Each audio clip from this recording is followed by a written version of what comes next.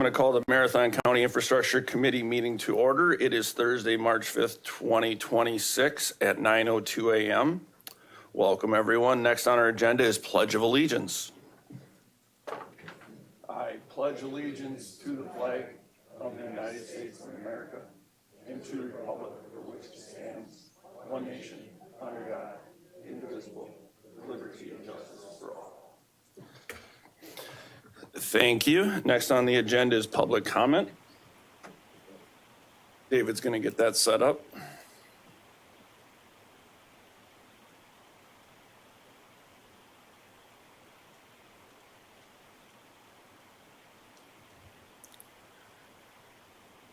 Thank you. And a reminder with public comment, when you approach the microphone, I'll call you up. Please address your comments to me as the chair, and we'll give everybody 3 minutes. Also, when you get up, please announce your name and address. First on the list, we have Cindy Hogan. Yep.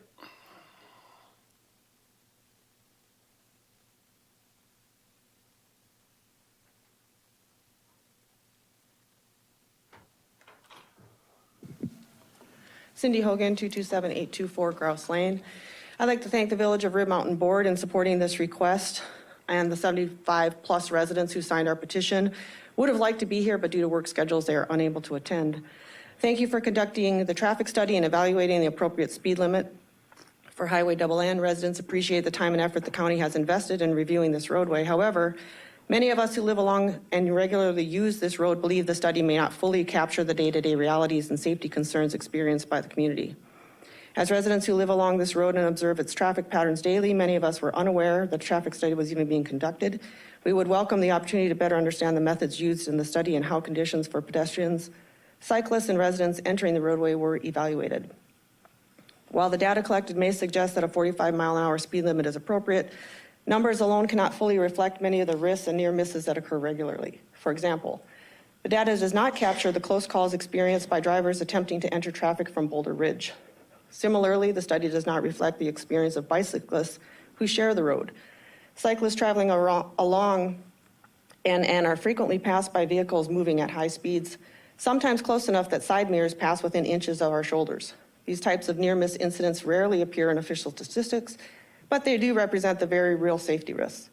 Perhaps most importantly, the data does not capture the sense of fear and hesitation experienced by children and families in the neighborhood.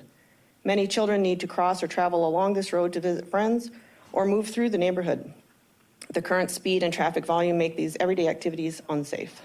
In fact, the safety concerns are significant enough that the local school district allows children who live within 1 mile of the school to ride the bus. Under normal policy, transportation is typically provided only to students who live 2 miles or more from the school. However, because NN has been deemed unsafe for young pedestrians and bicyclists, the district makes an exception. This exception highlights the fundamental concern shared by many residents.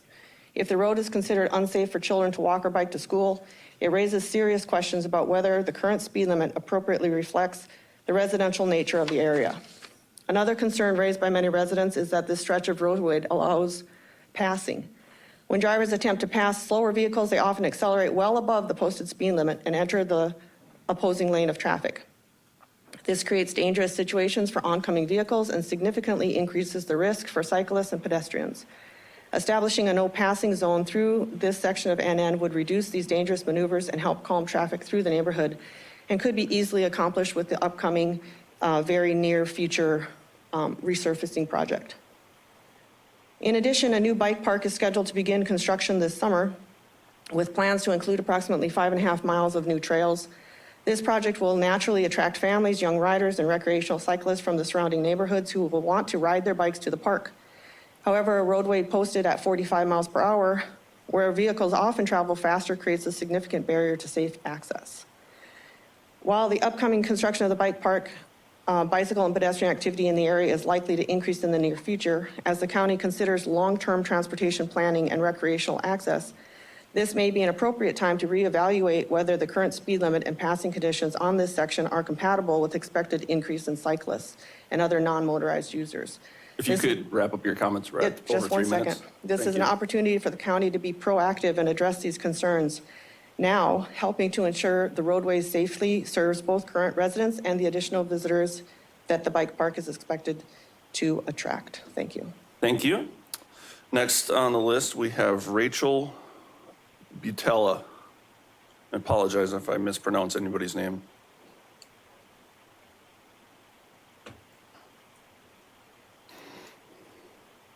Rachel Butala, 227931 Crane Drive. We have lived on that street for 12 years and have 5 children. We've had children working at Carmelo's just down the road, working at Granite Peak, and also accessing Double N for a bike situation where we would drive or bike from our house to the bike path on Highway R. And as we look at the speed on R that has a built-in bike path or walking path, that speed limit is 35, and on Double N, we don't have access to a bike path. It would make sense in that regard to have the speed limits be the same. So from a family outdoor standpoint, it seems safe and also a good choice to have it be the same. We haven't allowed our children to independently bike on Double N because of the fast speed of cars. And also we've had 3 teenage drivers in our house alone, just knowing how they have to quickly accelerate and make choices to get onto Double N because of the speed. It just seems that lowering the speed would only be an advantage to the safety of families. Thank you. Thank you. Next on the list is Dean Kannenberg.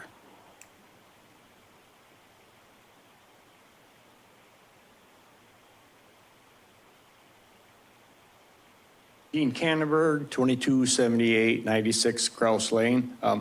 I'm the guy that got this all rolling. I went around neighborhoods of Rib Mountain in our area and got this petition signed with all these people. Everybody was positive about it except maybe 1 or 2 people that said they wanted to go faster.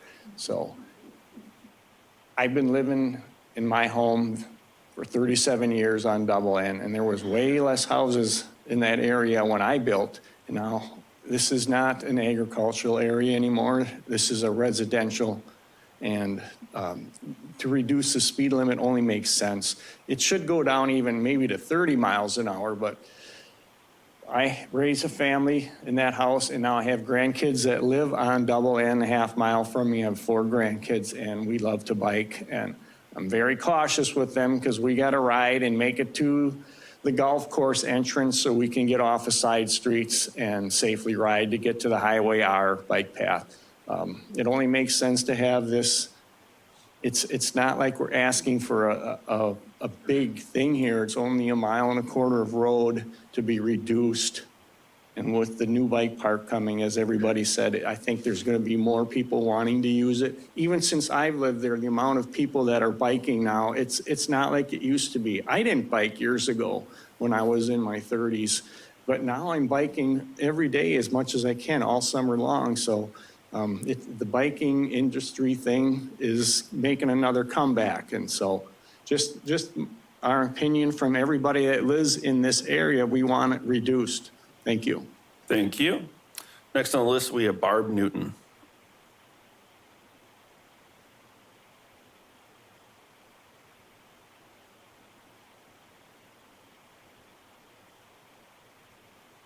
Good morning and thank you. Barb Newton, 149224 Canvasback Lane. I have had several pretty close accidents coming out of Boulder Ridge. When I moved here 35 years ago, Rib Mountain had 1 stop sign. And I think that Double N probably at that point was just a rural road. That is not the case anymore. I live in the subdivision off of Boulder Ridge, and we have a condo situation there for skiing. We have the hotel there, and we have a lot of homes. And trying to get out from Boulder Ridge, and these are incidents that happened to me. Even trying to make a right-hand turn or going east on Double N, if I am not watching extremely closely traffic from either direction, I have people passing going west where I've almost experienced head-on collisions. Now, going westbound on Double N, trying to get into Boulder Ridge, when you get up to Snowbird, you're at 35 miles an hour. When you hit Snowbird, it changes to 45. So you have the length of this golf course there at 45, but a lot of people have to slow down because they're going into the subdivision on Boulder Ridge. Therefore, you have people that are attempting to pass you on the right, and you don't have a lot of an easement there. I know that they say it's 5 feet. I guess I don't agree with that. It looks like more than 3.5 to me. On N, you have 4 lanes. It's 35 miles an hour there. On R, you have 2 lanes or 4 lanes. It's 35 miles an hour.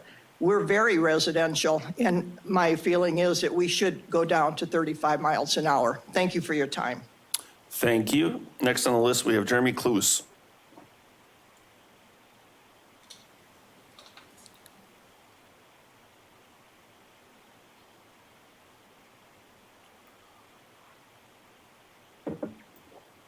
Jeremy Close, 227782 Sharptail Road in Rib Mountain. I live on the corner of Sharptail Road and Double N, have for 23 years, raised a child. Extremely dangerous walking or biking with the speed limit at 45. Lowering it may not solve 100% of the issues, but it may get people to slow down a little bit and make it safer. My major concern would be the no passing, like Barb stated. Have had numerous incidents over the years where going westbound, turning left into a driveway, and somebody's coming around you on the left side passing you, and you don't realize it, and it almost caused an accident. Or the head-on collision instance, like she talked about, turning to the east off of my road, Sharptail, and people are coming around. I've seen it with the school bus. When my child was riding the school bus, people passing the school bus coming with the flashing yellow lights before the red, passing. And I mean, there's kids on the road, and it's not safe with the kids there. Another factor, is driving west on that towards evening. I mean, it's sunset, extreme sun, poor visibility, and slower speed limit would help, because we do have a lot of people in the evening walking and biking. There was an instance a few years back where a car ran right into the back of one of our city street sweeper trucks from the sun. If they were going slower, maybe they would have had time to see that and react. So I just wanted to kind of echo those concerns, and I'm in favor of lowering the speed limit at least to 35, and also would recommend no passing at least out past the Old State Park Speedway site. Thank you. Thank you. Next on the list is Lene Colden.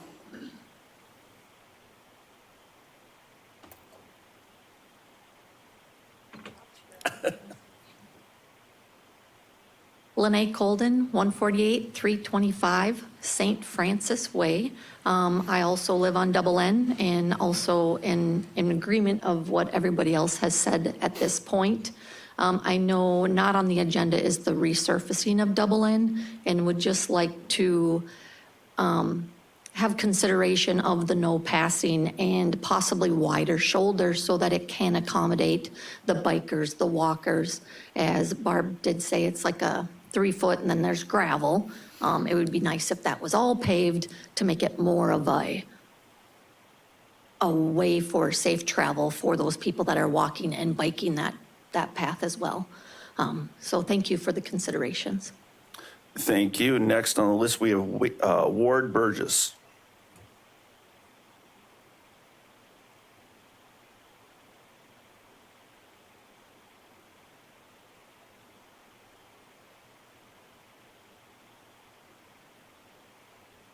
Good morning. Ward Burgess, 227-842 Crane Drive. First, I'd like to thank you all very much for listening to us today. I'd also like to say that I agree wholeheartedly with everything everybody else has said to this point. We've been on Crane Drive for 22 years now, and I know the road Double N was never intended to carry the pedestrian traffic that it currently is. It was a county road, but things have changed. I noticed, and part of the report was that Double N met the criteria to carry the speed limit that it currently has. But then I see that as a conflict when another lady mentioned about, I'm comparing Double N to that section on R from Double N out to Depke Park, where you have a lower speed limit, where you have more lanes, fewer homes, and less contact from side streets and driveways with the road surface. Double N, you have a lot of roads connecting, you have a lot of driveways connecting. And to have the 2 lanes with virtually a half shoulder on either side, I think is dangerous to carry a 45-mile-an-hour speed limit. To reduce it to 35, I'm thinking it might add 30 seconds to someone's commute from State Park Speedway down to R, which I don't think is a major issue. If it is, maybe things have to be reconsidered. But I too would be in favor of dropping the speed down to 35 miles an hour, making it safer for traffic and pedestrians, walking, biking, and so forth.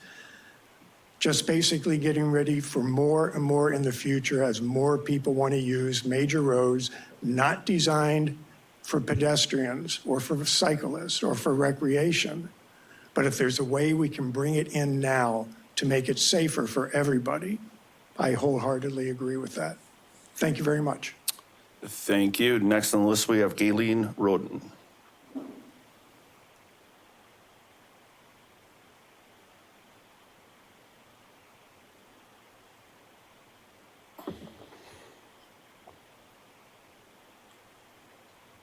Good morning, 227-800 Snowbird Lane, Village of Red Mountain. Galen Roden, Village Administrator for Red Mountain. It's been 23 years plus that I've worked for the village. So I've taken that route every day for the last 23 plus years. Our tagline is where family, nature, and sport come together. And certainly the bike and ped routes have been really important to the village. We've had a bike and ped committee probably since 2003. I was part of the inception of that. And as part of that and adoption by the Wausau MPO has been our bike and ped routes. And Double N is identified as one of those routes. So it's really important in the amount of traffic that I see in combination of the bicyclists, it's dangerous. So not only on a speed level, but also on a passing level. The also consideration for this committee is the future land use map. This area identified along Double N is considered a suburban resident or suburban neighborhood. And with the sale of the driving range, which is right next to the municipal center, it is going to continue to grow, as well as been mentioned the bike facility out at State Park, and the continuous that we see for the traffic from Granite Peak. I know that's where it begins of the request, but it is something that does impact that traffic coming in from going from west to east. I thank you for your time. Thank you. And last, we have Kurt Schoen.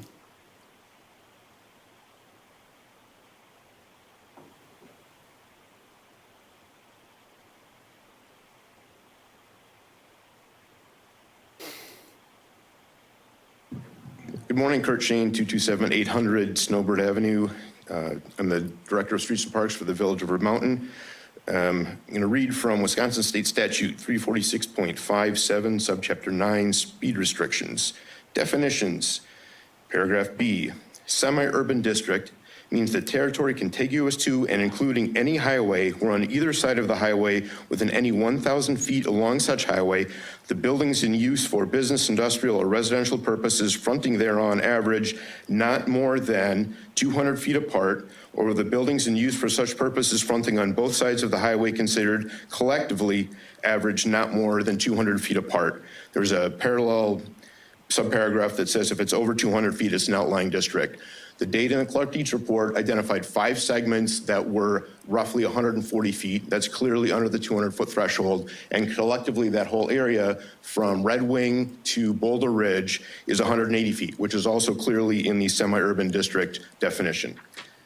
Now, moving on to paragraph 4, fixed speed limits, subparagraph E, 25, not 35 or 45, 25 miles per hour on any highway within the corporate limits of a city or village other than on highways in outlying districts in such a city or village. So in other words, per the data in the Clark-Dietz report and state statute, the area from Red Wing east should be 25 miles an hour. Paragraph F, 35 miles per hour in any outlying districts within the corporate limits of a city or village. So per statute, it should be 35 from Red Wing west. And finally, this is not applicable, but just for context, paragraph J, 35 miles per hour on any town road where on either side of the highway, the same stuff about 1,000 feet and everything else, average less than 150 feet apart, provided the town board has adopted an ordinance determining such speed limit, yada, yada, yada. So in other words, if the town had not incorporated into a village a couple of years ago, we wouldn't be having this discussion because it would be within the town's purview to say it's 35 on that street and we're done. Thank you for your time. Thank you. And that's the last person we have signed up for public comment. Anybody wishing to provide public comment that didn't sign up? Hearing none, we thank everybody for their time this morning. We're going to move on to item 4, approval of February 5th, 2025 Infrastructure Committee meeting minutes. What is your pleasure? Move to approve the February 5th regular meeting minutes. We have a motion from Supervisor Griner. I'll second. Seibert. Second from Seibert. Further questions, comments on our February 5th meeting minutes? Seeing none, all those in favor signify by saying aye. Aye. Anybody opposed? Hearing none, we have unanimous approval of our February 5th Infrastructure Committee meeting minutes. Move on to item 5, operational functions required by statute, ordinance, resolution, or policy. We have nothing for 5A, so we'll move on to 5B. Discussion and possible action by infrastructure to forward to County Board for consideration. B1, request to reduce speed on County NN from Whippoorwill Road to Snowbird Avenue, and I'll turn it over to Kevin. Thank you, Chair. I want to start out by thanking everybody for coming in. This is, even though these things can be like confrontational and debates, this is kind of one of my favorite parts of local government, when people actually come in and participate, and it allows everybody to get the feel for where things are at. I also appreciate you guys coming in because this study was conducted in winter, and the large message I heard is it's more of a summer issue with pedestrian and bicyclists, and that truly is something. Ped and bike data is difficult to collect because it is sporadic. So appreciate everybody coming in and sharing their experiences out there. We had Clark-Dietz put together a study on here. When you do a traffic study, you look at existing conditions, you look at the traffic, you look at the crashes, you look at the access spacing, you look at the adjacent land uses, and make a recommendation based off of that information. In my opinion, reading through that study, it's accurate, but it also, as Mr. Shane pointed out, that 200-foot spacing, and if you're at 190 versus 210, you're right on that teetering part. The overall access spacing out there is 180, so it is below that, but it's right. It's not like it's 120 or something like that, where it's very dense, consistent access, and some of those are still very, very low volume, yet some of them are higher volume streets like Boulder Ridge, which is a dead end that only accesses double N. The traffic out there right now, when you're in the eastern side of in the 35-mile-an-hour zone, there's about 4,900 cars per day out there. When you get over between Boulder Ridge and kind of the neighborhoods by Partridge, there's about 3,700, so we lose about 1,200 cars off that Partridge going north and south. And then once you get out west of where State Park Speedway was, it's 1,600. So we lose about 2,000 vehicles per day that are going to the houses where basically everybody in the audience today lives. So the crash information out there, it is below statewide average for a road like that. We didn't have any pedestrian crashes through there. That's a terrible statistic to have to look at because they often are they're the most vulnerable road users that are out there. What I looked at with it is the policy and procedure manual that I don't think anybody on this body was on it when it was adopted and given to our department to follow. We have guidance to try to keep the county highways balanced between all road users. So they're supposed to be the higher mobility roadways. This is a little bit of a unique situation where there's a lot of dead end roads that come off there. There's also no off-street facilities, and off-street facilities other than the one on Highway R, which was implemented as part of a federal grant, they're usually owned by municipalities. So that's something that there's a push for more width out there, wider shoulders. I had a request to add 10 feet of paved asphalt out there, which isn't, I'm just gonna explain why that's not practical from our standpoint. We look at reconstructing roads from 2 lanes to upgrading them to bigger roads when there's about 14,000 cars a day on them. There's about 4,000 out there right now. So from a cost justification, that would be a multi-million-dollar cost per mile to rebuild that road. And by statute, the county highway is really only responsible for 2 lanes that go through there. The statutes say we're responsible for the 22 feet that goes through like incorporated areas. So I get my policy and procedure manual that says to preserve that mobility for everybody out there. It also has in it when we have roads that have more than 2,500 cars per day and higher pedestrian and bicycle usage, which is what this road is, we provide a 5-foot paved shoulder. So that is what is in there. That's the policy book that's given to me to implement and put out there. So when we get into many of the requests where it would be nice to have that separate trail, that gets into a really gray area for the highway department because it's not necessarily something that we provide. The one that we own is in Rib Mountain, and that was a result of federal requirements when Highway R and N were built. But any other roads that we build, when there's those separate off-street, they're municipality owned. So that gets into a gray area of if that's the push that's what we should have out there. I might not be the receptor for those messages, which the village doesn't want to hear, but we'd all like to actually cooperate and do something together if that's a true need out there at some point. What I did with what our policy was, the recommendations I put in there, we have about 17 feet of pavement out there, and you can go out and find spots where it probably goes 3, 4, 5, 6 inches in and out. It's guys driving down the road with a paver, so it's not precise.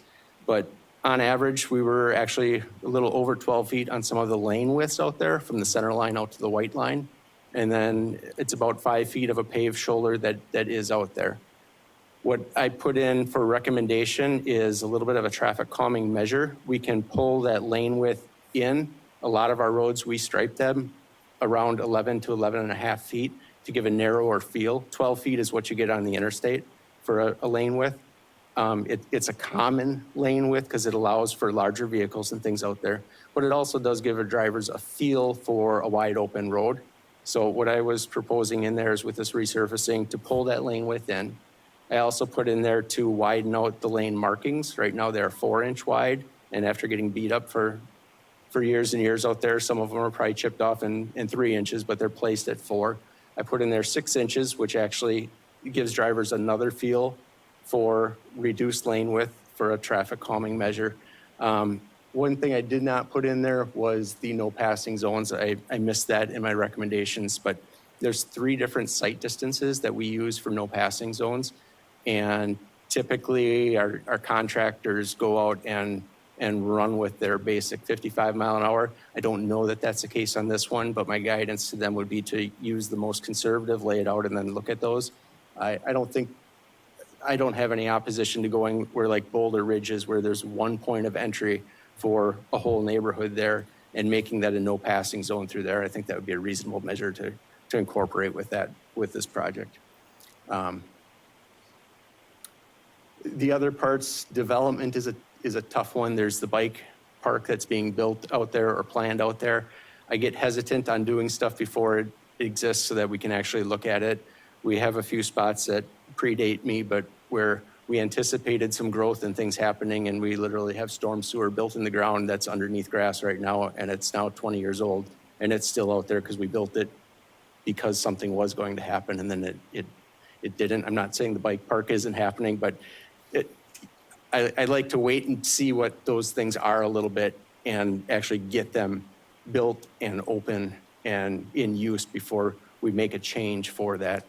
I think those are kind of my main big points out there. This is kind of right on the verge. It is a higher volume county road, but it is still not anywhere near capacity for a county highway that's out there. I guess I'd open it up to questions and comments from the committee. That Committee members, any questions, comments for Kevin or discussion? Go ahead. So, okay, can you hear me on this? I know you can hear me. I don't know if they could, but I don't know that's picking it up great. as far as the no passing zone, would you be opposed from Snowbird to Whippoorwill, that entire stretch to be no passing? Would that be all right? I think it could get implemented. What we do is we usually follow DOT methods, and they'll look at like high traffic spots to do a change, but other than that, they kind of say that there's a driver responsibility with that. But there are steady driveways that are going through there. And personally, I've never seen passing out there, but I don't drive it every day like the people here do. So I'm glad that they came in and shared that, because I have an experience, but I'm on the road once a week or twice a month type thing, not like you guys 2, 3, 4 times a day. So I'm glad that they came in and shared that. It's a half-mile segment beyond what Boulder Ridge is. So I wouldn't see that to be a huge traffic issue out there. Good. And there's still, I believe statutes provide that if suddenly there is somebody who's doing 15 miles an hour, I think statutes provide for slow-moving vehicles. You can still pass in a no-passing zone. All right. That's not legal advice, though. Further questions and comments? Hey, Randy, this is Chris. I have a question. Go ahead. Yeah, so Kevin, when we were talking about the resurfacing on X down in Cronewater, was that a bike and pedestrian discussion about the road lane widths, or was that simply discussions about the rumble strips? Do you remember? Are you talking the work that was done last year or the work that's coming up this year? It was last year. That was... Could you restate that question? I think it was more the lane widths for a lot of the people out there like to ride bikes, and we were talking about trying to widen the shoulder a little bit for biking. I know there was a big question about the rumble strips. I know we went from I think it was a standard ground in type to a more of a rolling, like a wave kind of a thing. I don't know if that's similar to this lane width comments you were talking about earlier, if that has nothing to do with this. Okay, so what we had out there before was 11 to 12 foot lanes total, and then gravel shoulders beyond that. Because that was also in our policy for having paved shoulders, and 3 foot is our minimum out there. We incorporated the 3 foot paved shoulders in it, and then we worked.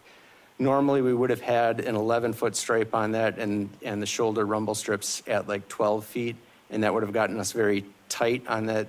It is still very tight on the 3 foot, but we pulled those two together and brought them in a little bit so that the rumble strip, it's more of a rumble stripe where they'll overlap, and that's between that 11 to 12 foot mark, so that we work to maintain 3 feet of clear paved shoulder on the outside of that. Regarding the rumble strips themselves, there's 2 types of them. There's the rumble strip where they're milled in. That's common actually they're both milled in, but common what you experience out on the larger highways, the interstates. Those are rumble strips where the mill goes in and out of the ground, and it leaves a pretty abrupt, you can really hear it and you can really feel that. The mumble strips is the method that we use because it's more of a balance. You still get some feeling in the vehicle and some noise, but it is a reduced noise. It is also much more friendly on a bike to go through them. When you hit the rumble strips, they have that hard stop and hard start.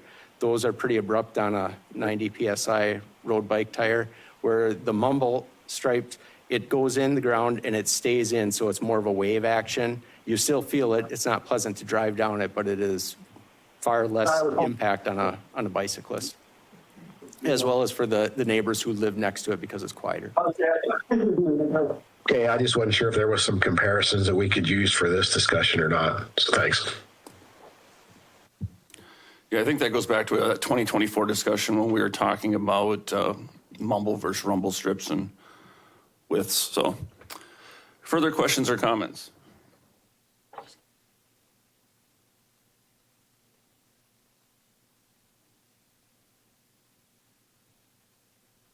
Supervisor Seubert. Is there any business traffic that we should be concerned about, or is there going to be business traffic down the road? There's some business traffic. Well, there's business traffic that comes from Marathon to Rib Mountain. It's a commute route that many people like Marathon cheese. So there's those peak times. I would imagine you guys in the morning and at 3:30 when shifts let out, that there's a peak traffic out there. Okay. And then there's also, I would say probably more of the recreational traffic. The ski hill has high peaks, especially on the weekends and those holiday weeks like President's Day. The racetrack used to have, I don't know how many they had, 8 to 10 peak nights where they would have events out there where it was quite busy. And when the park gets built out there, I would imagine many weekends that they're going to be, when they have events out there, they're going to host, their plan is to host large events, regional events like Iron Bowl events. They're going to bring in a lot of people on the weekends when they have that. And then I would imagine there'll be increased traffic on the weekend compared to what there is now, as the park is, my understanding is it's planned to be open for free for families to come out or anybody to come out and use during the weekends. It would probably be the peak time for that. Had a request from Kurt Shane to provide some additional feedback. If you could approach the microphone, please. Oh, yes, Gross Lane.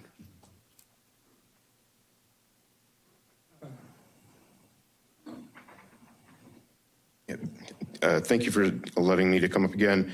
2 notes. One, the state average crash rate for rural 2 lanes with an AADT of 2,000 to 6,000 is 76 per 100 million vehicle miles. For the Clark Dietz report, this segment is 91, and the upper control limit is 104. So this is kind of right between the average and basically the allowed max. And then the second point is that Grouse Lane is an access path or access road that allows people to park and hike up into the Rib Mountain State Park. And the DNR has come up with a grant for $180,000 for us to improve that. So I anticipate not just the volume that we currently have of people driving in there and parking and hiking, but that'll probably go up in the near term. Thank you. Chair, if I could. Yep, go ahead, Kevin. Regarding adding width out there, the paved shoulders right now have about 1 to 2 feet of gravel that kind of rounds off going in there. We usually need to keep that much material out there. If you guys see by the church, I think it's St. Andrews, right, where that's even narrower right there, that asphalt starts to slump down and isn't really useful for what you're asking for it. If we widen anything out beyond that, it would get us into a grading situation where we're regrading ditches.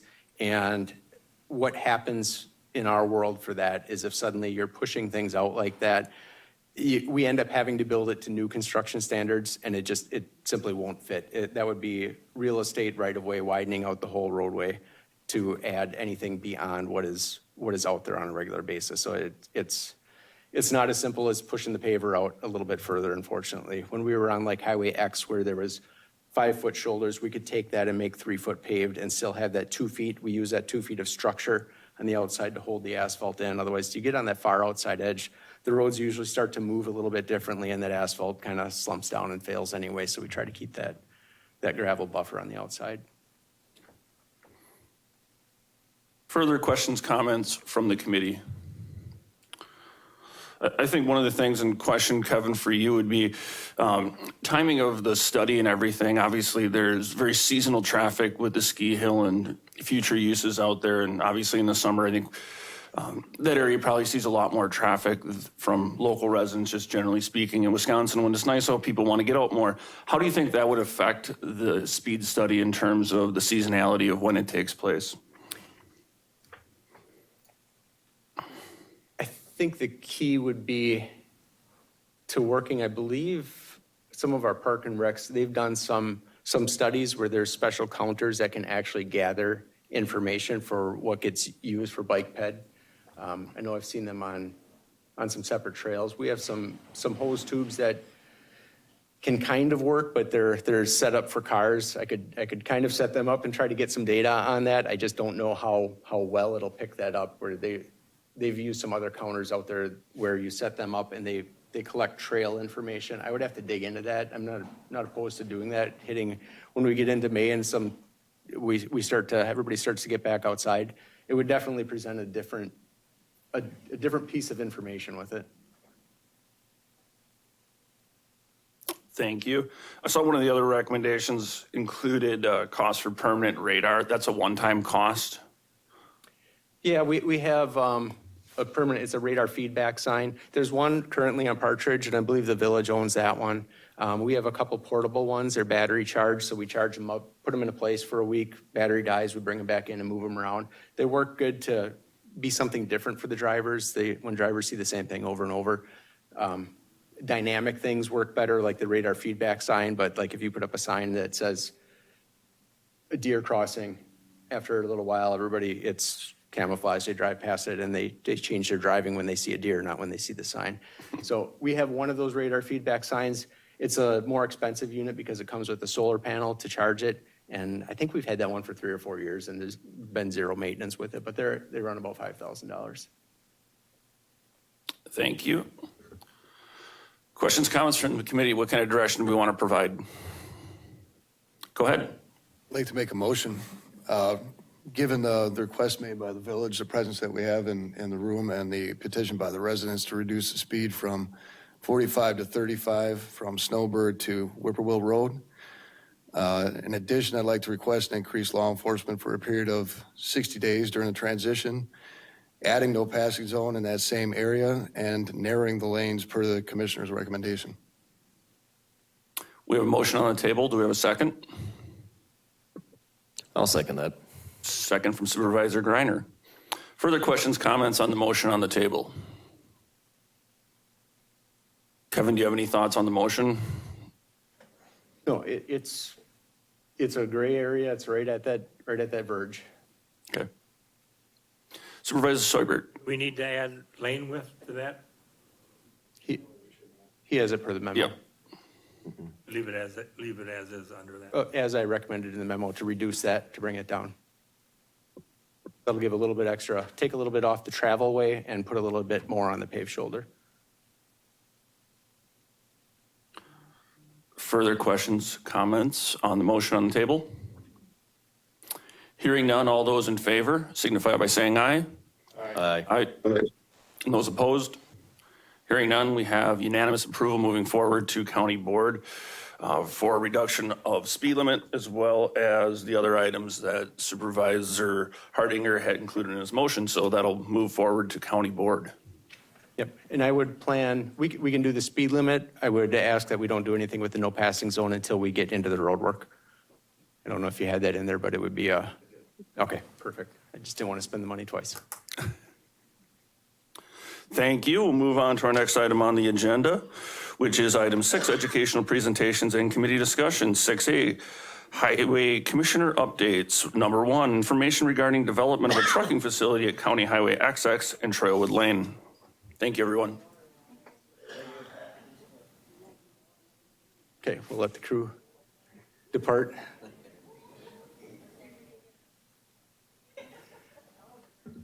So we put in the packet some information about a pretty sizable development out on Highway XX, and we have REI as the lead on this project, and they've brought some of their design people here. If it'd be okay with the chair, we give them a few minutes just to give a briefing on this. Yeah, go ahead.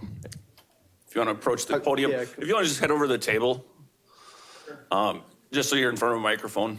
Yep. Doesn't matter where, just make sure you turn it on. Can you hear me? My name is David Hall. I'm with Rudabush Development. We are the developer that's working with the client for the project at Trailwood and XX. Currently, we are in the process of getting, we've submitted the plans for site plan approval to the Village of Cronewitter, and we're scheduled to go to the Plan Commission meeting on March 16th for approval of the site plan. The facility is approximately 230,000 square feet, would be a package distribution facility. The access for the facility everything would be coming off of Trailwood onto County Road XX. One of the items that we're working on getting resolved is there is a 65-foot truck restriction on Business 51 from basically Interstate 39 going north, which does not allow for a 53-foot trailer truck to access that intersection. So we've met with the legislator in the area, and we are petitioning the DOT with the recommendation of the DOT to get that truck restriction removed, at least from Interstate 39 through I think it's Interstate. I think this is a road that comes off of Business 51, I think, that turns into XX.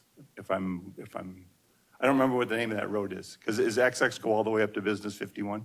Correct, yes. Okay. So basically from that Interstate 39 going north to get that truck restriction removed, because currently, as part of our traffic impact study that was done, there are approximately over 200 trucks utilizing that stretch of road that technically they can't utilize that stretch of road. So that's being worked on to get administrative change through in concurrent with the DOT. So that's currently where that is right now. Construction, we would anticipate starting construction mid to late 26 on that project. Thank you. Do we have any questions from the committee members or anything you'd like to add on, Kevin? Just wanted to bring this up so that you guys are aware of it. It is a pretty good sized development on one of our roads. And then Double X, we're planning on just a resurfacing project on that road this year. So it'll be a 1.5 to 2 inch mill and overlay through there. That plans to run Double X all the way down to X, and then X from Wood Road, which is where we finished off with the rumble strips on there from last year. We would bring that, connect that up, and then take it all the way over to the Weston YMCA. The section from Double X to the YMCA, we'll plan to pulverize that one. That's a rougher riding, and the base, when we did some borings in there, it was more sand than road base in it. So we're gonna beef that structure up a little bit through there, especially through the wetland areas over by the YMCA. That's been pretty tough through there. Their plans include an intersection reconstruction, basically at Trailwood where they come out. So my anticipation is that we would be ahead of them. We had this scheduled for an earlier project because of the sandy soils in there, and the other projects we have heavier ground on them, so we don't like to get in those right away in the spring of the year. Our plan would basically be to put a gap in the road. We would find a spot for a good construction joint. We would stop our work and then tie in so we don't have goofy jogs of asphalt cut into it or have to do any rework with it. That mill and overlay process is fairly straightforward and simple, and we would just bring in a mill a little bit later or just work with their contractor to hire them to do that little bit of paving that would be left there. Questions from the committee? Go ahead, Supervisor Hardinger. If you can speak in your microphone, please. I apologize. My tablet just decided to update, so I'm trying to visualize exactly where this is and follow along with it. So basically, roughly, thank you, south, there we go. That's what I was looking for. It's just south of the Harley-Davidson, Bull Falls Harley-Davidson, if that helps. Okay, yes, it does. Thank you. Yep, backside of Cedar Creek, Bull Falls, Harley-Davidson. So, Right across the road.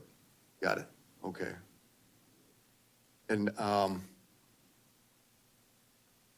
Which intersection are we talking about? You're talking about right here?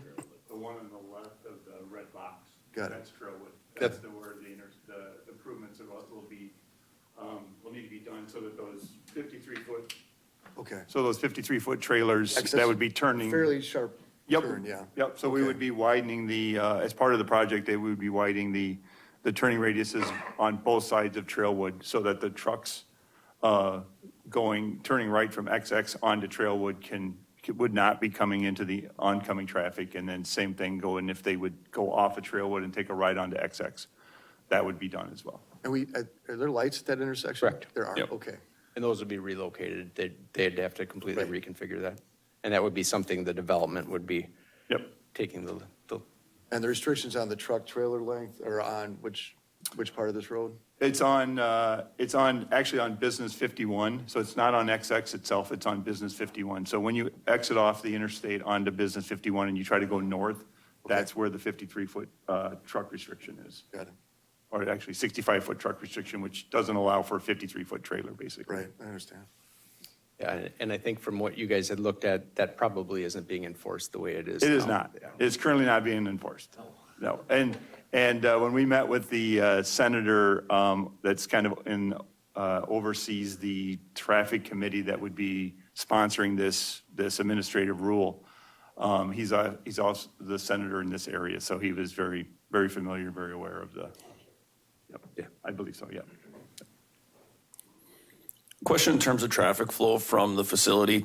Will everything be going towards Business 5139, or is there going to be traffic that's going to also head east on XX? All of so the two different trucks that access the site would be a 53-foot trailer. They would have double trailers, and then they would have like P&D delivery vans. The double trailers and the 53-foot trailers would go west onto XX, then onto 39.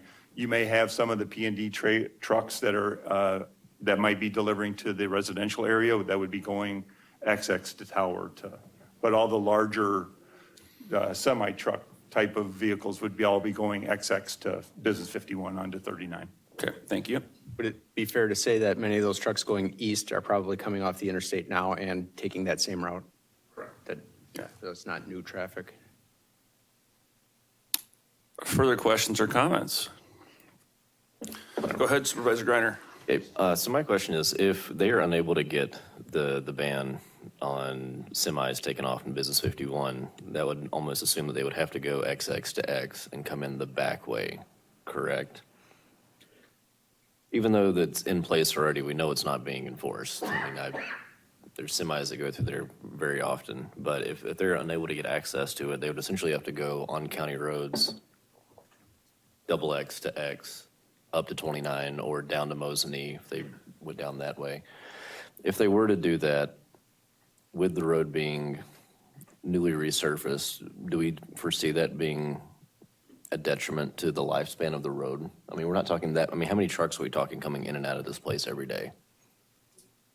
The traffic study, I believe, had 18 semi-trailers a day coming into the facility.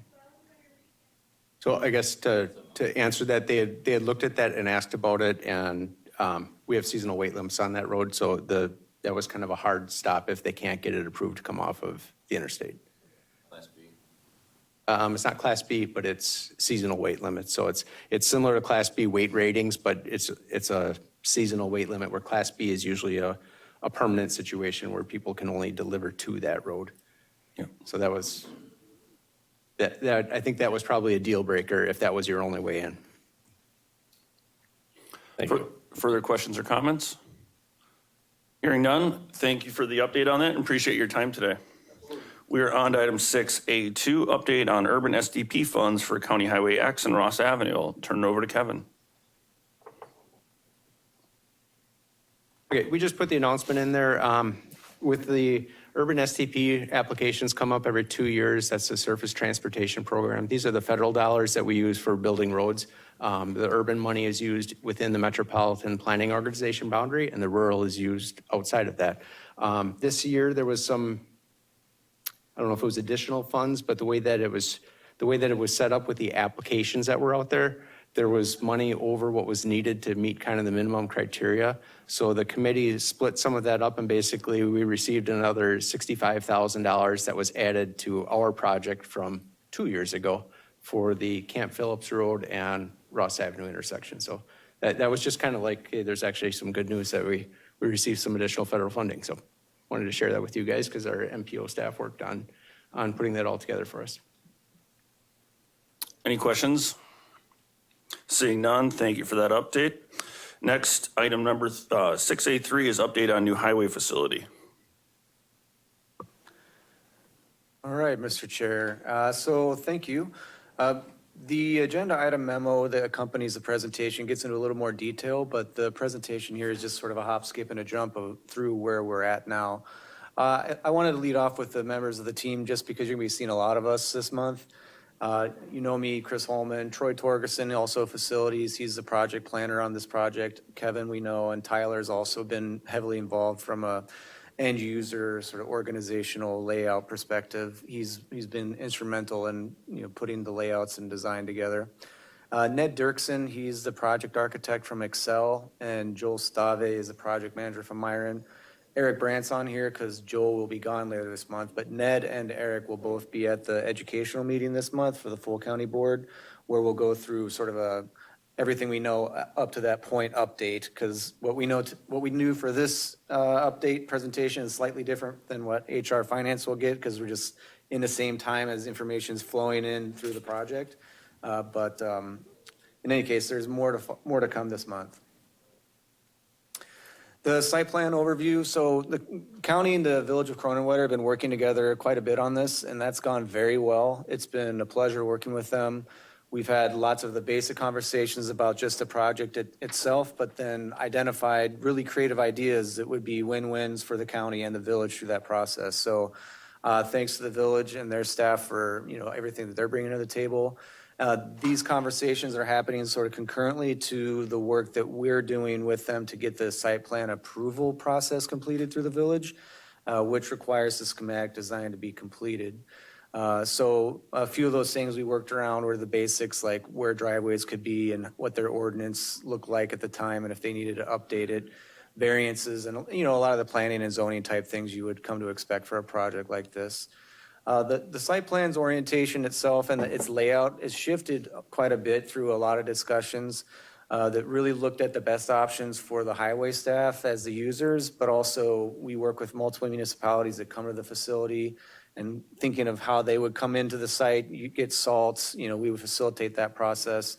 Any of the public who would come, but then also the community in general. And what really helped kind of bring a lot of good ideas to the table there was the ability to go to Eau Claire's highway shop, with the engineer, with the architect, with the construction managers and Kevin, see what they've done. That's semi-recent. Also go to Fond du Lac County's highway shop. That's a newer one. We went to Waupaca County as well and saw things that they had done. So it was good to kind of see what ideas they had that we could plug in that made the most sense for us. Because even though we're all highway facilities, there's different, wrinkles to how each shop works. This is the layout here currently. So you can, I think there's is this thing here? Yeah. So I don't know if this, it's not working on the screen, but the middle of the diagram there has the repair shop, the truck storage, and the office, which you'll see I handed out earlier for the people in the room and will be coming up later on the screen. The salt shed is up in the upper right. There's basically 3 sections of that, which we'll look at a little more detail later on. There's just your main salt pile, then you got a salt sand mix, and then you have solar salt for the brine, because the solar salt really is a much cleaner way to, cleaner material to use for the brining operation, which reduces staff hours, makes it more efficient to get the brine on the trucks and used, et cetera. And then down on the bottom right, you've got the proposed equipment storage location, which again, we'll look at in a little more detail. That facility, because we had space, has canopy storage on the upper and lower sides, and then within the building itself, there's a heated portion and an unheated portion. The darker shaded areas around the corridor there are around the site are for stormwater and ditching. I'll refer to a couple different areas that we've been working with the village on recently, especially on the right-hand side. This is an old right-of-way, or I guess it was an old section of land that was owned by the church that was deeded to the village for highway purposes, but I think they meant literally highway, as in a road versus highway facility. So we've been actually talking with them because there's some questions around what was the original intent? You know, if we were to use that space, do we have to go through some sort of changes, legal definitions, et cetera, with the church and the village to make that more accessible? But the unique part of that one is it would address stormwater issues for the project site, but also it would help the village of Croninwetter with some of the things that they have for their requirements. So that's one of the creative ideas. For site work, and by site work, I don't mean actually bulldozers moving dirt. There's no erosion taking place. I'm talking about site clearing, demolition preparation, things like that. So before you do any of that, you've got to do the asbestos testing. The residents who lived in the homes there, they had till the end of the year, so we scheduled that in January. So it's been a pretty quick sprint to get to where we are now. But that's been conducted, abatement's been completed. We've worked with utility providers to have all the services removed back to the street by the end of this week. We put an RFP out with Parks, Recreation, Forestry, their forestry team, to get some valuable timber on the site logged off. The rest of that lumber and brush, the Village of Croninwetter Fire Department, they are eager to get some chainsaw training in on that, which we're going to work with them on that as well. We've got a geotechnical RFP that's been awarded. That one we wanted to get done right away because it really feeds into the design process and should be done by April 10th so that it plays well with the architect and his planning process and his team. As the residents living in 3 of the homes have moved, we did give a couple of them an extension that they had requested because they had a lot of stuff to move. So our intent from the get-go is be a good neighbor with the people there, be a good neighbor with the village, work with everybody, figure out a way that we can get done what we need to get done, but also help people get through whatever process they're working through.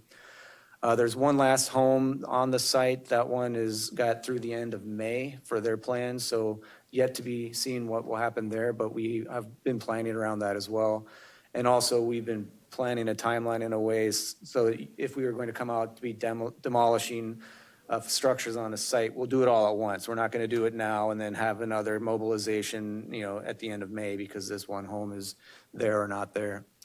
As I mentioned, we've been working a lot with Croninwetter Fire Department and EMS to get some training opportunities. They're going to do some coordinated burns. They've got some instructors coming from North Central Technical College. I believe SAFER is involved. So this is a really unique opportunity for them. They're very excited about it. They've been going through and prepping the facilities now that we're at a point where they can get things pointed towards the training session, I think sometime in April. As I mentioned, we've been working with the Village of Croninwetter along the way. The site plan approval process, that's all been going very well.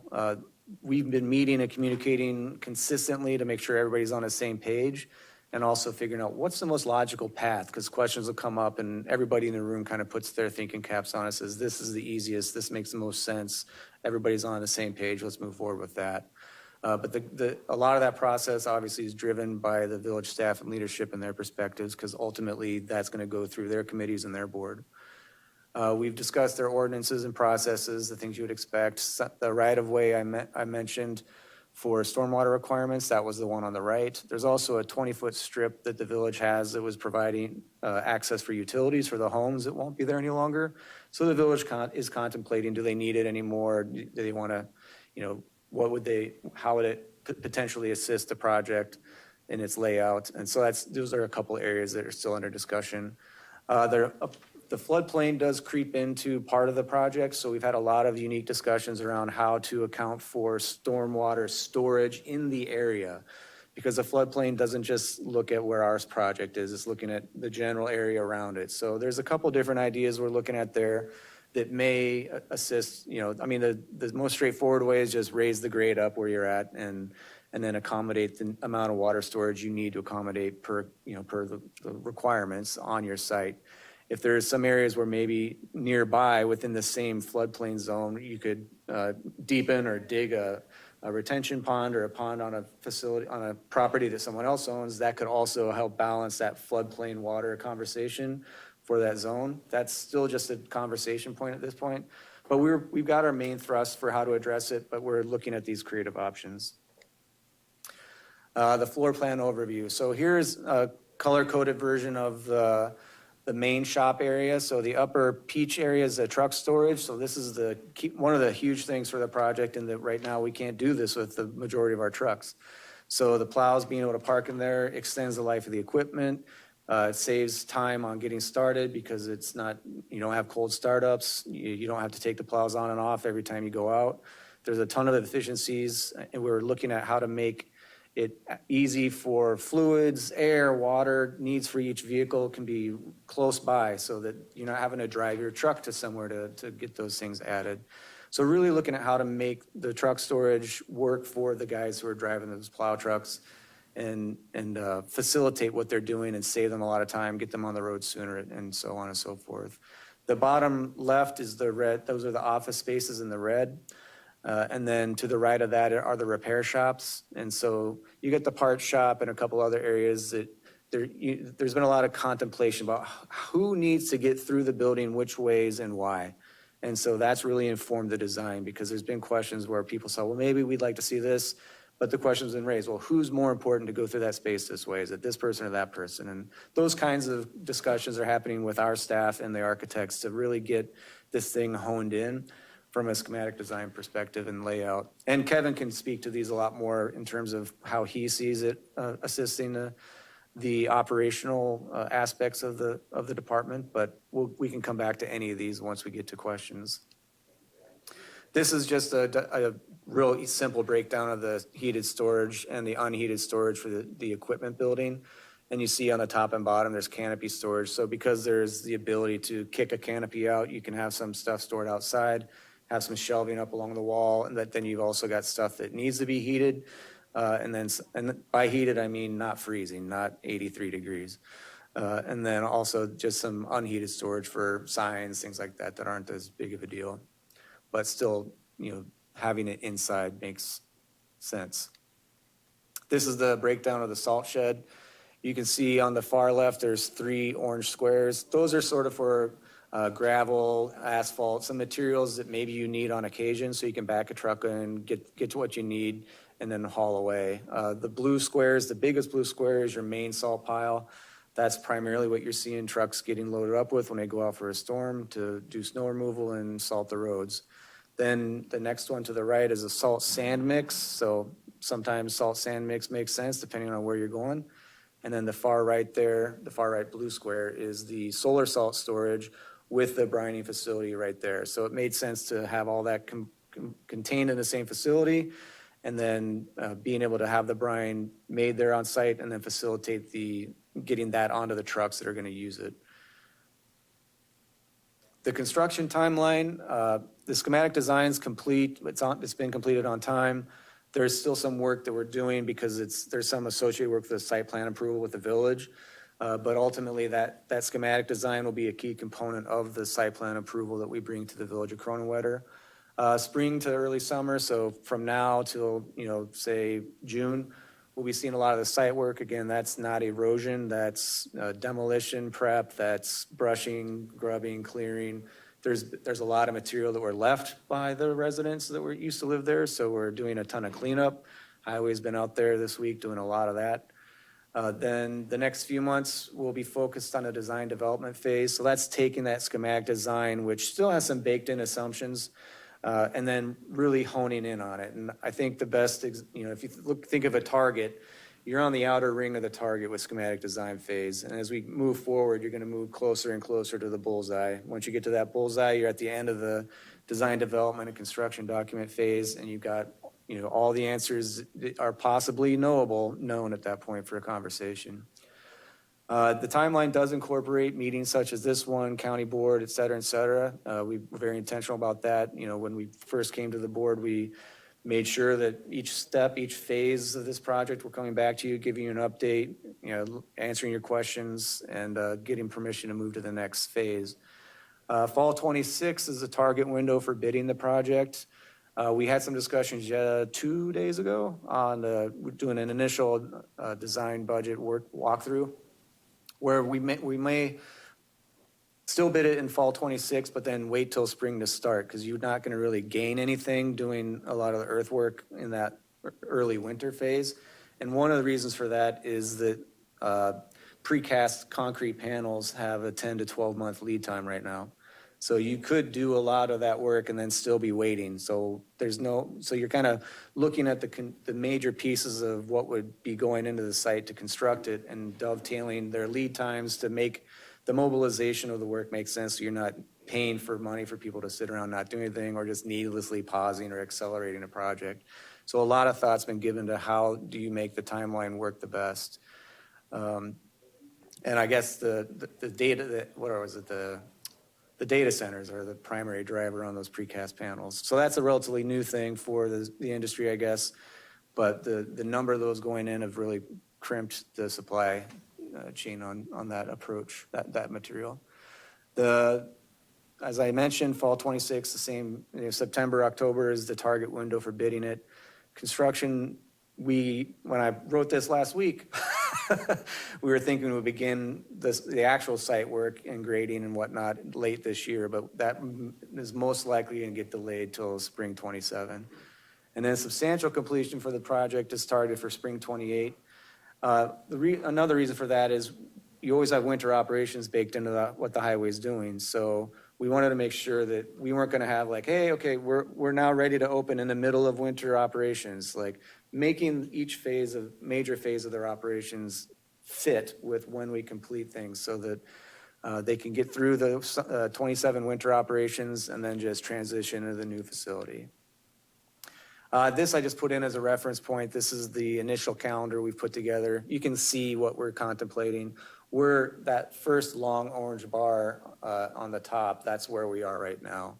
So you got a lot of step downs, and then the bottom line is the construction. But again, this is just a sort of a Gantt chart. Yes, sir. Did you build this? This chart? Yes. No, I think this came from, Myron. Yeah. Byron probably does. Yeah. But this will change too based on the conversations. And, even between now and the educational meeting, that calendar may get tweaked. But either way, that sort of, we'll have that as a resource for you to reference, like what are the major phases we're looking at doing.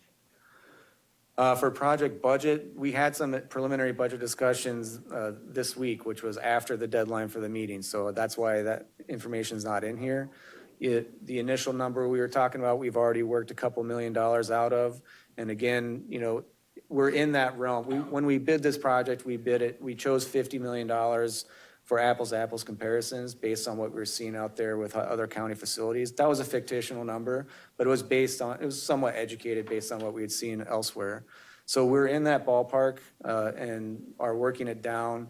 And again, that's tied back to that target I was talking about. Like we're on the outer ring of the target. By the time we get to the middle, to the bullseye, you're going to have a situation where the assumptions in the budget now are no longer assumptions. There'll be more dialed in knowns in terms of cost, and then we'll also be discussing alternate approaches so that either as a part of the design, we can take them out now and change, or if bids come back high on a certain approach, we can change post-bid and have those alternates bid within that process as well. So that we're planning ahead, we're thinking ahead of what might come down the pike, so that if we needed to take some funding out, we've already thought through what that should be and where to take it from.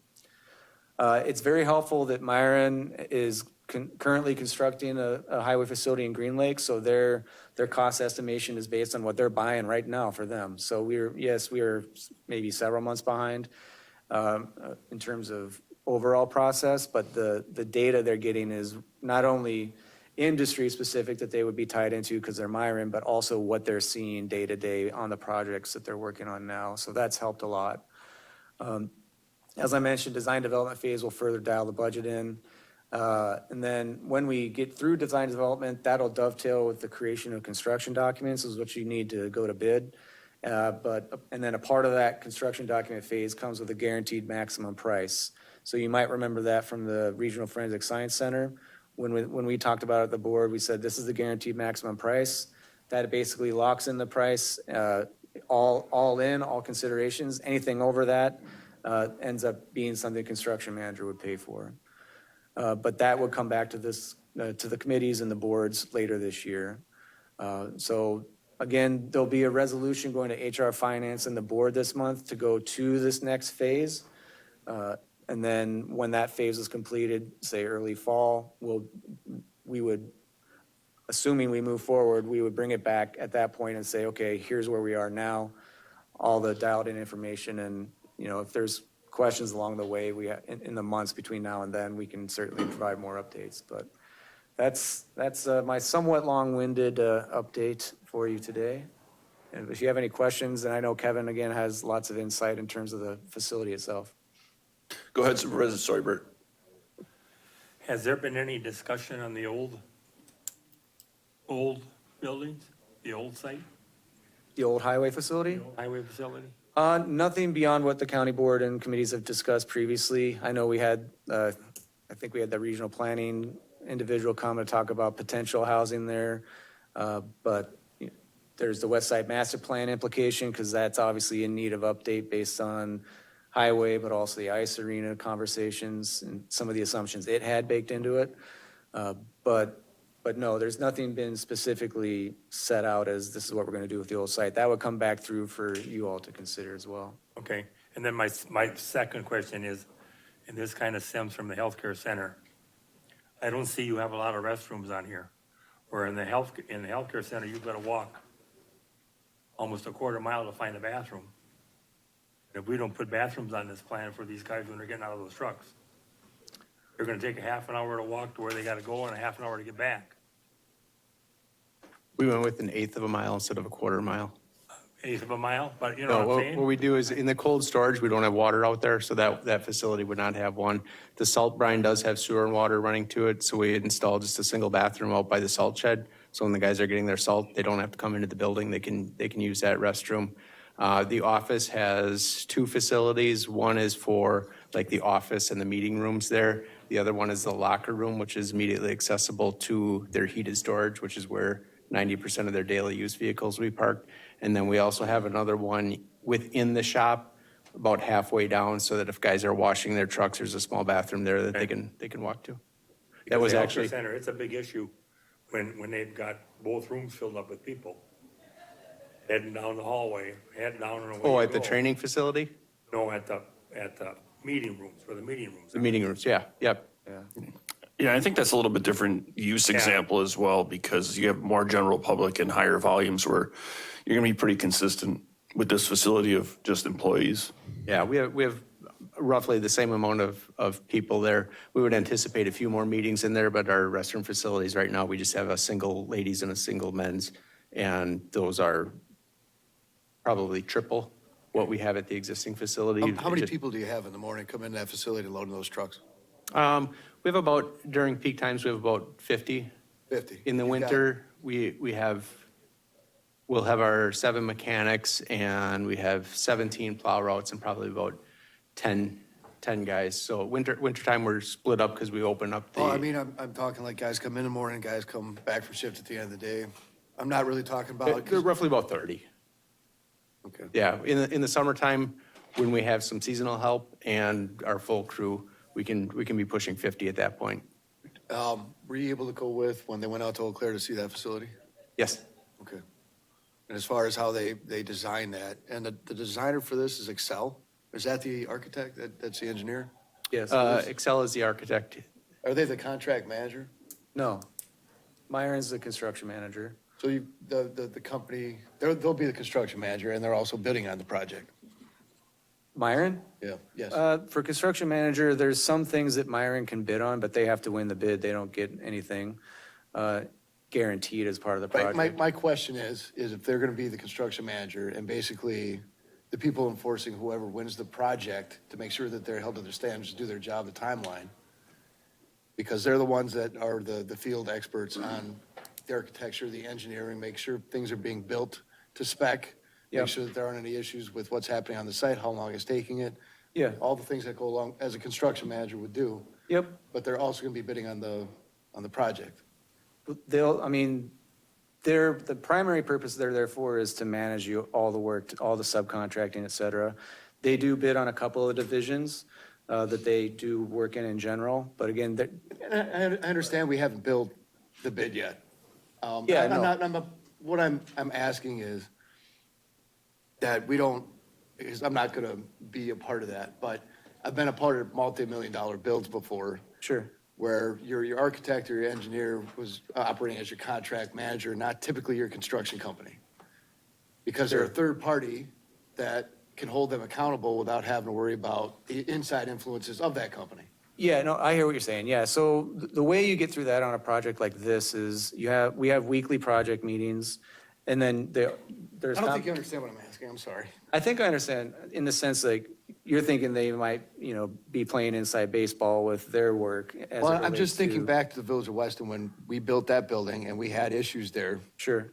Because the same company that built the building was the same company that was managing the construction of the building.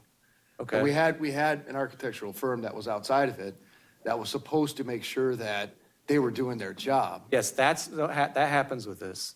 Okay. Yep, they're That's all my involved. concern is Yeah, that whoever, if Myron ends up bidding this job, they're now not also the people that are supposed to be held accountable to their own company. Right, no, the architect itself, they help facilitate what you're talking about in terms of making sure things are built to spec. Right. But also, all of the bids and everything come through the county. Like, Myron does the construction management. Okay. We ultimately decide who, I we facilitate the bid process. and- understand that. Yeah, I okay. understand that. It's just I've seen in the past where if they're going to be the construction manager, they can't bid the project. Well, Because it alleviates any sort of concern that people would have, and even, I would hope your guys' concern would be as well. Yeah. That the same people that are supposed to be managing the project aren't the ones that are building it. they would not be building the whole thing per se. I mean, they'd be managing it overall. They'd only be doing a division or two out of the whole thing.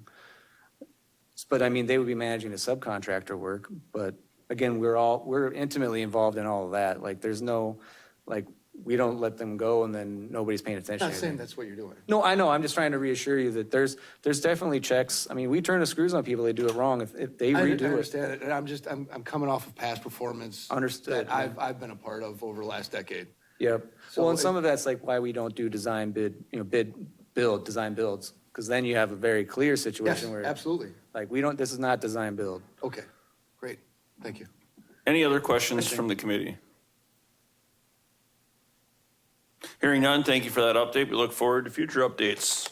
We are on to item 6A4, WCA Legislative Conference Update. Administrator Leonard, Vice Chair Dickinson aren't here, so we're going to put that off until next month. We are on to 6B, CCIT projects. Mr. Klein, go ahead. Thank you. Good morning. Our project updates are in the packet.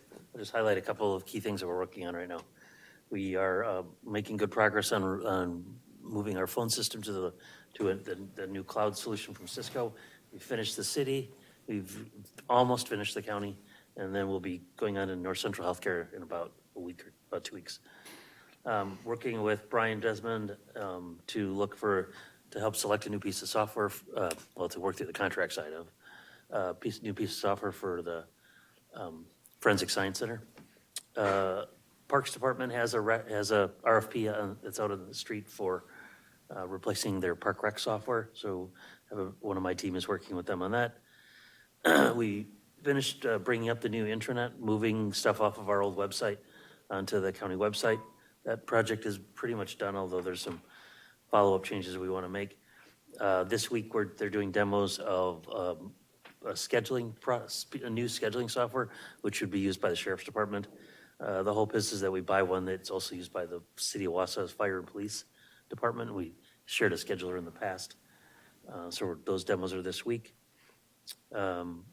Working with John and Lance and Kurt on Bug Tussle.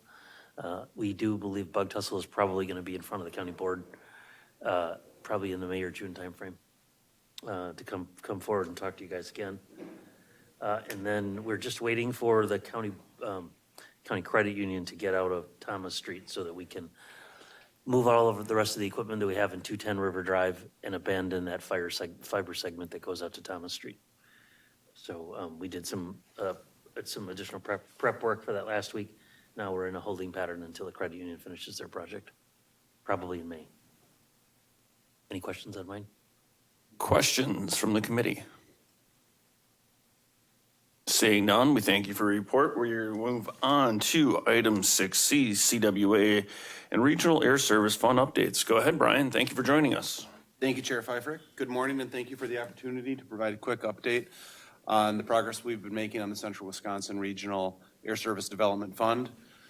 First, I want to recognize the tremendous partnership we've had with Centergy and Angel Laidlaw in this effort. Her team has been instrumental in helping us connect with regional employers in the greater Central Wisconsin area and business leaders.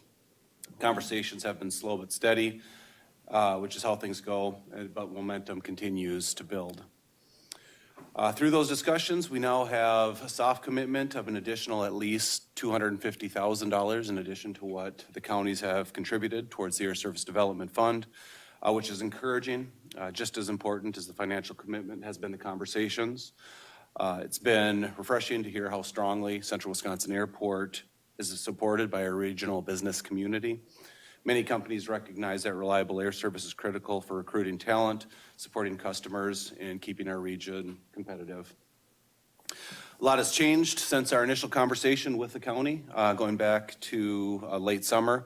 The biggest news, of course, is that United Airlines is returning to Central Wisconsin Airport in May with 3 daily flights.